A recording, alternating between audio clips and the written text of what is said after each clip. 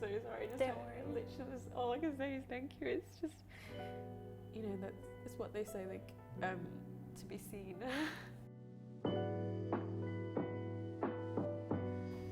Hello!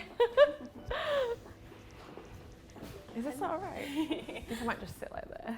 Could you tell me a bit about your mental health journey so far? I was always very, I guess, rebellious, always outspoken. And for my parents, my mother especially, she was like, you know, you just gotta be quiet. And so from an early age, very young, I was told to suppress myself. I was born in the northwest of England, in a tiny countryside. But my family and my heritage is that I'm Chinese. But I'm also British. I think the duality of growing up that way in a very like Asian household where there was like strict, I guess, like expectations culturally. And then on the other side, being British, going to school and being like, oh my gosh, this is so freeing. Wow, you really live like this. You wear shoes in the house, what? That was a battle in itself, especially when you speak about like mental health issues. I don't think we ever uttered anything like the word mental in our home.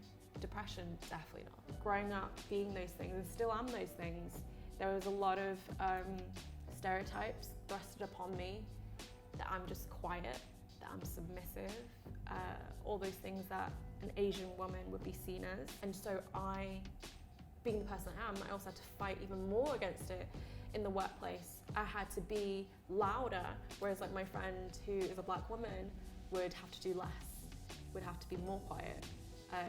We do a lot of code switching there. Do you think you put out a different view to the world of how you feel inside? I think so. A lot of people would just be like, oh my gosh, you're so positive all the time.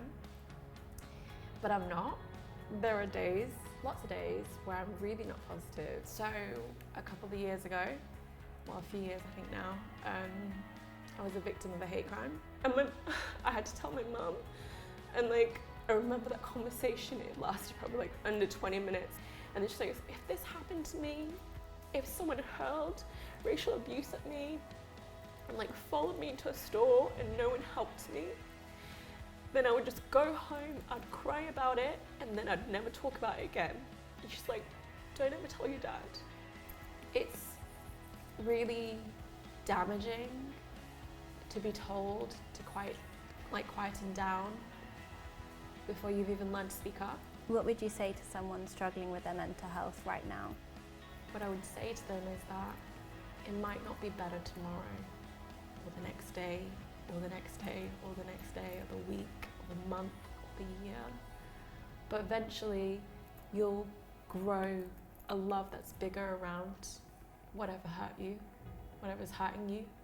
And so, although I do believe that the pain doesn't necessarily get smaller, your love just gets bigger around it. I love that because it like acknowledges the multifaceted nature of mental health, and it's not saying just, oh, ignore that thing that happened, get over it. It's saying that's there, but the love you can build around it. What parts of yourself do you love? Everything. It's taken like, people say arm and a leg. I think it's taken more than that. I think it's taken like my entire family, like people I've met in my life. I think part of self-love is accepting that you gotta love every part of you and not just the bits that people are like okay to see in public. Are you ready to see your whole portrait? Yes. Oh, I think I'm gonna cry. Thank you.